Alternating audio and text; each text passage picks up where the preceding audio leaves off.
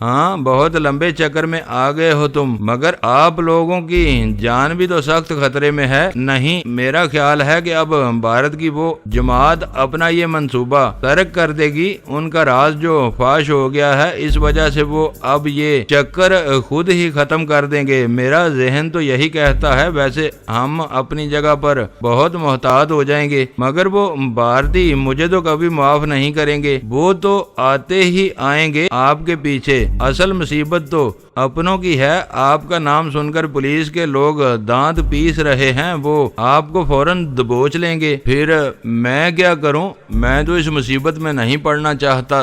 وہ تو ٹھیک ہے، مگر ہاشم خان، آپ نے مجھے بھی اور میری دوستی کو بھی آزمائش میں ڈال دیا ہے۔ میں آپ کو کیسے بتاؤں؟ یہ بڑا ٹیڑھا سوال ہے۔ کوئی تدبیر سوچیں ڈھلوں صاحب، ہم نے بڑی مصیبتیں اٹھائی ہیں۔ میں نے گلوگیر آواز میں کہا، میں واقعی پریشان ہو گیا تھا، مجھے کوئی راستہ سجائی نہیں دیتا تھا۔ میں سمجھ رہا ہوں یہاں ایک بڑا فن خان تھانے دار آیا ہوا ہے، کلیم خان۔ میرا خیال ہے کہ آپ کو وہی گرفتار کرے گا۔ اس سے کیا فرق پڑتا ہے؟ میں نے پوچھا۔ فرق تو کوئی نہیں پڑتا، مگر میں یہ کہہ رہا ہوں کہ جب وہ آپ دونوں کو ہاتھ کڑی لگا کر کار میں بٹھا لے تو میں اپنے آدمیوں سے کہہ دوں گا کہ وہ راستے میں کار پر حملہ کر دیں، مگر اس طرح خون خرابے کا اندیشہ ہے، کئی بے گناہ جانیں ضائع ہوں گی۔ کوئی اور طریقہ سوچیں ڈھلوں صاحب، ہم پولیس کے ہتھے چڑھ گئے تو کبھی زندہ واپس نہ آ سکیں گے۔ دیکھیں ہاشم خان، جو رات آپ معلوم کر کے آئے ہیں، اس کی تصدیق یہ بنڈاری کرے گا، یہ خود بولے گا کہ ہاں یہ سچ ہے، ورنہ چھتر کھائے گا۔ ٹھیک ہے نا؟ آج رات میں بڑے صاحب کے ساتھ بات کروں گا، وہ آپ کی اس خدمت کے صلے میں کسی سے کہہ کر خفیہ طور پر آپ کو پولیس کی حراست سے نکل جانے کا موقع فراہم کر دیں گے۔ ہاں اگر ایسا ہو جائے تو پھر ہمارا کام آسان ہو جائے گا۔ ہاں آپ ادھر ہی بیٹھیں، اگر بنڈاری سے پولیس نے یہاں ہی سب کچھ اگلوا لیا تو میں کوشش کروں گا کہ کلیم خان آپ کو ہاتھ کڑی نہ لگائے، آپ سے باعزت طریقے سے پیش آئے۔ ایک ترکیب یہ بھی ہو سکتی ہے۔ اس سے کیا ہوگا؟ میں آپ کا مطلب نہیں سمجھا۔ ہوگا یہ کہ ان کی حراست سے نکل جانے کے لیے آپ کے ہاتھ آزاد ہوں گے۔ ڈھلوں صاحب نے مسکراتے ہوئے کہا، پھر وہ سرگوشی کے انداز میں بولے، وہ فہرست کہاں ہے جس میں ان کے معتوب لوگوں کے نام لکھے ہیں؟ ہاں یہ رہی فہرست، اس میں آپ کا نام بھی شامل ہے۔ ڈھلوں صاحب اس فہرست کو دیکھ کر چند لمحوں تک دم بخود کھڑے رہے۔ ان کا چہرہ بتا رہا تھا کہ وہ اندر سے لرز گئے ہیں۔ کسی بڑی حکومت کی طرف سے چند افراد کو ختم کر دینے کے ارادے کا علم ہو جانے کے بعد کوئی بھی شخص ذہنی توازن کھو سکتا ہے، اور یہاں تو مقابلہ ایک ایسی حکومت کا تھا جس سے ہماری ہمسائیگی ان دو آدمیوں جیسی ہے جو 35 سرانے ہو کر ایک ہی پلنگ پر سو رہے ہوں، اور نیند میں دھت کبھی ایک آدمی دوسرے کے سینے میں لات دے مارتا ہے تو کبھی دوسرا اس کی ناک پر ایڑی دے مارتا ہے۔ ڈھلوں کے چہرے پر عجیب سی سوچ طاری تھی۔ وہ کسی فیصلے پر نہیں پہنچ رہے تھے۔ وہ میری مدد تو کرنا چاہتے تھے، مگر راستہ انہیں سجائی نہیں دیتا تھا۔ وہ بھی بڑے صاحب کا نام لیتے تھے اور کبھی کلیم خان کا، کبھی وہ مجھے فرار ہو جانے کا مشورہ دیتے تھے اور کبھی بڑے صاحب کے ذریعے میری رہائی کی تدبیر بتاتے تھے۔ مجھے اپنے طرف یوں خالی خالی نظروں سے دیکھتے دیکھ کر اچانک ان کے ذہن میں کوئی خیال ابھرا اور وہ رازدارانہ لہجے میں بولے، یوں کریں ہاشم خان، ہیلی کاپٹر لے کر نکل جائیں اور کسی ویران جگہ اتر کر رپوش ہو جائیں۔ میں بڑے صاحب سے بات کرتا ہوں کہ آپ کا تعاقب نہ کیا جائے، مگر یہاں سے رات کو نکلیں اور ادھر دہشت ناک دھمکیاں دیتے رہیں جائیں۔ اب میں آدھا گھنٹے بعد پھر آپ سے رابطہ قائم کروں گا، لیکن بہت سوچ سمجھ کر چلنا ہوگا۔ جائیں۔ ٹھیک ہے ڈھلوں صاحب، آپ انہیں ہمارا اصل نام ہرگز نہ بتائیں، ہم ان کے ہاتھ نہیں آئیں گے۔ میری یہ بات سن کر وہ دوسرے لوگوں کی طرف بڑھ گئے اور میں تیز تیز قدم اٹھاتا ہیلی کاپٹر میں جا بیٹھا۔ میں نے دروازہ بند کیا تو آبی نے مجھے اپنے پاس بیٹھنے کے لیے کہا، پھر بولا، یار مجھے یاد ہی نہیں رہا، یہ رکا، مجھے تمہارے لیے بلبیر سنگھ نے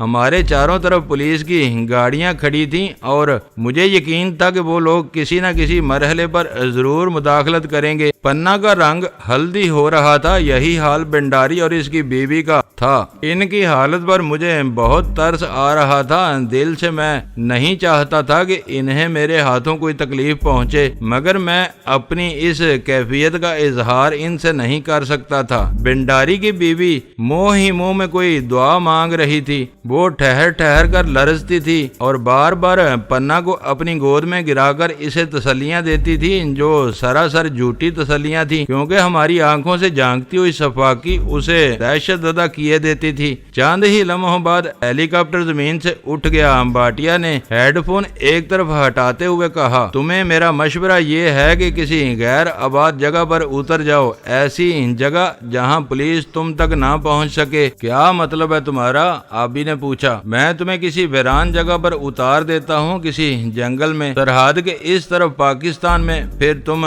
جدھر چاہو نکل جاؤ اور ہمیں امرتسر جانے دو۔ مگر وہ لوگ ہمارا پیچھا کر رہے ہوں گے۔ نہیں، ان کو چکر دیا جا سکتا ہے۔ میری مانو تو ادھر چولستان میں اتر جاؤ، تو پھر کیا وہ تمہیں سرحد پار کرنے دیں گے؟ میں کہہ دوں گا کہ تمہارے حکم کا پابند ہوں۔ کیا خیال ہے خان؟ ٹھیک ہے، تم ہمیں ساہیوال کے ادھر ادھر کہیں اتار دو، چھانگا مانگا ٹھیک رہے گا۔ جنگل میں تم رپوش ہو سکتے ہو۔ نہیں، ادھر ہم نہیں اتر سکتے، وہاں فوج موجود رہتی ہے، آبی نے کہا۔ اس وقت تک ہم ہوائی اڈے سے نکل کر جنوب کی طرف بڑھ چکے تھے۔ بھاٹیا اچانک پریشان ہو کر بولا۔ دوستو، ویڈیو کو لائک ضرور کر دیا کریں۔ ISI پاک آرمی زندہ باد، پاکستان پائندہ باد۔ معزز ناظرین، اپنا خیال رکھیے گا اور اپنے اس چینل کا بھی شکریہ۔